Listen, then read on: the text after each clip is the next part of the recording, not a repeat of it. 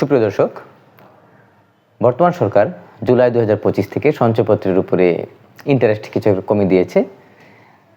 আগে যে সঞ্চয়পত্র মানে জানুয়ারি 2025-এ ইন্টারেস্টের পরিমাণ বেড়ে গিয়েছিল, সেখানে বিভিন্ন ক্ষেত্রে সঞ্চয়পত্রের ইন্টারেস্টের রেটের মান কমে গেছে এবং সেটা কত এবং আপনারা কত লক্ষ টাকা রাখলে কত টাকা করে পাবেন সে নিয়ে আজকে আমরা বিস্তারিত কথা বলবো।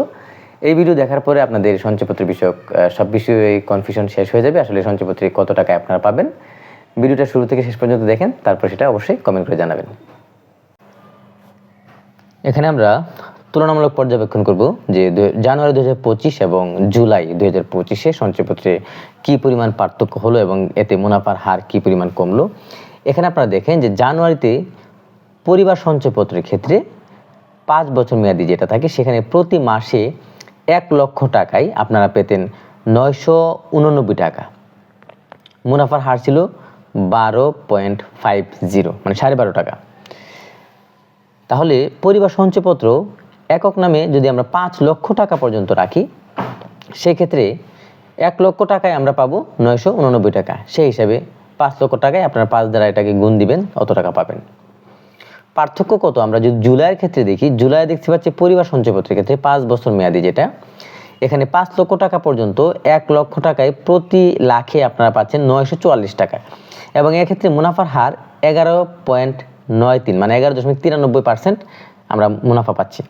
তোমার জানুয়ারি থেকে এই জুলাই পর্যন্ত পার্থক্য কিন্তু এটুকু। এবং 3 মাস অন্তর যে সঞ্চয়পত্র থাকে, যারা পরিবার সঞ্চয়পত্র মূলত মহিলাদের জন্য এবং যারা বৃদ্ধ আছে 60 বছরের বেশি তাদের জন্য পরিবার সঞ্চয়পত্র।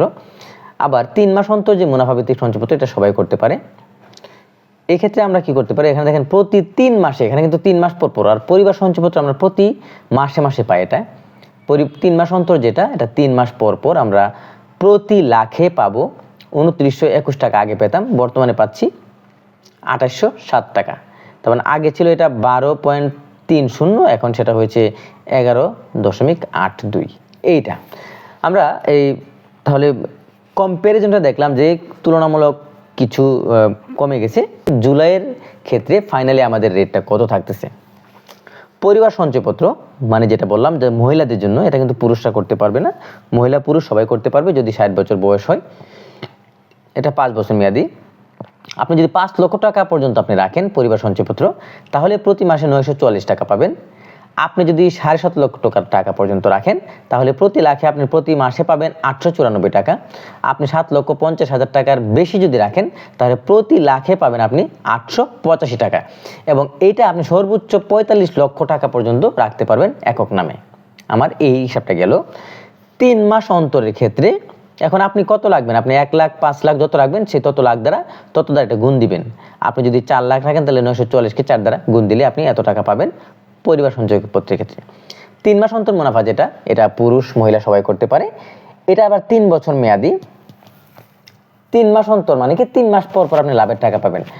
1 লাখ টাকা রাখলে 3 মাস পর আপনি 2807 টাকা পাবেন। আপনি 2 লাখ টাকা রাখলে এই 2807-কে 2 দ্বারা গুণ দিবেন। 5 লাখ রাখলে 5 দিয়ে 2807-কে 7 দ্বারা গুণ দিবেন। আপনি যদি 5 লাখের বেশি রাখেন, 7.5 লাখ পর্যন্ত রাখেন, তাহলে আপনি প্রতি মাসে পাবেন 2659 টাকা। মানে আপনি যত পরিমাণ বেশি টাকা রাখবেন, আপনার ইন্টারেস্টের রেটের পরিমাণ তত কমে যাবে। আর যদি 7,50,000 টাকা বেশি রাখেন আপনি, তখন প্রতি মাসে আপনি 2648 টাকা হারে আপনি টাকা পাবেন। প্রতি লাখে 2648, সেই হিসেবে আপনি সর্বোচ্চ 30 লক্ষ টাকা আপনি রাখতে পারবেন 3 মাস অন্তর যেটা, ওইটা। পেনশনার সঞ্চয়পত্র কিন্তু মূলত পেনশনারদের জন্য, যারা পেনশনার হয়েছেন তারা এটা করতে পারবেন। এটা 5 বছর মেয়াদি।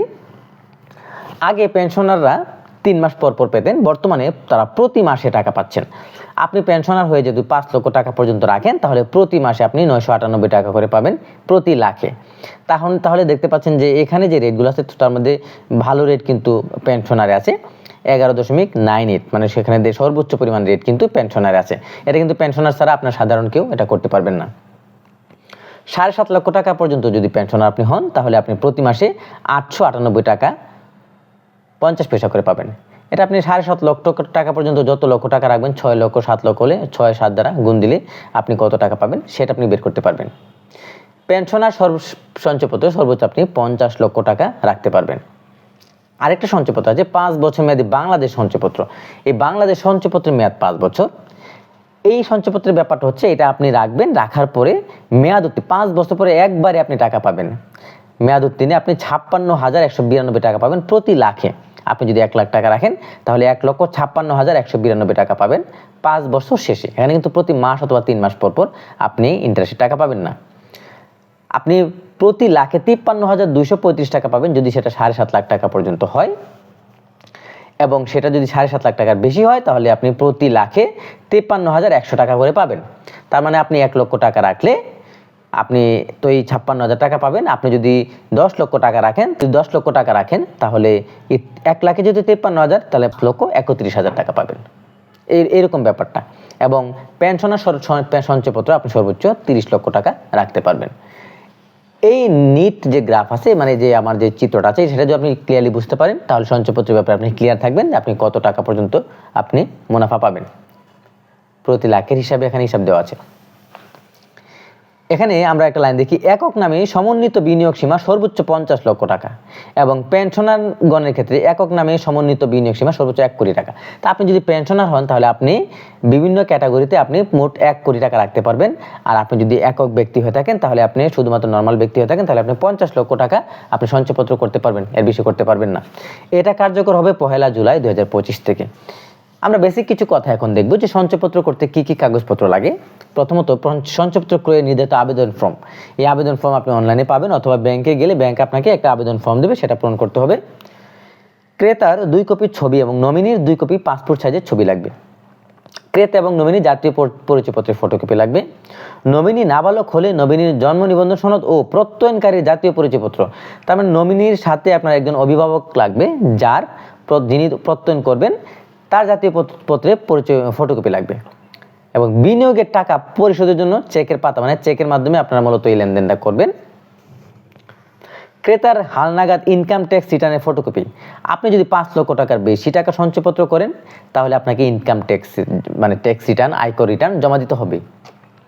পেনশনার সঞ্চয়পত্র ক্রয়ের জন্য ক্রেতার পেনশন বইয়ের ফটোকপি লাগবে, আপনার প্রাপ্ত আনুতোষিক কতটা আছে এবং তাদের যে মঞ্জুরি পত্র আছে, মানে আপনাদের যে মঞ্জুরি হয়েছে সেটার যে গভর্নমেন্ট সার্কুলার আছে অথবা গভর্নমেন্ট যে স্টেটমেন্টটা আপনাদের দেওয়া হয়েছে সেই স্টেটমেন্টটা নিয়ে আপনাকে ব্যাংকে যোগাযোগ করতে হবে। এ হচ্ছে আমাদের আজকে সঞ্চয়পত্র বিষয়ক পরিপূর্ণ একটা লেকচার। আশা করি এখন থেকে আপনারা সম্পূর্ণ বুঝতে পারবেন সঞ্চয়পত্র বিষয়ক। তারপরে যদি আপনাদের কোনো বিষয়ে কথা থাকে সেটা কমেন্ট করে জানান, আমি সেটা আপনাদের কমেন্টে উত্তর দেব। যদি আপনাদের ভিডিও ভালো লাগে তাহলে আমার চ্যানেলটা সাবস্ক্রাইব করুন। ব্যাংক সংক্রান্ত আরও অনেক ভিডিও আপনারা পাবেন। ধন্যবাদ সবাইকে।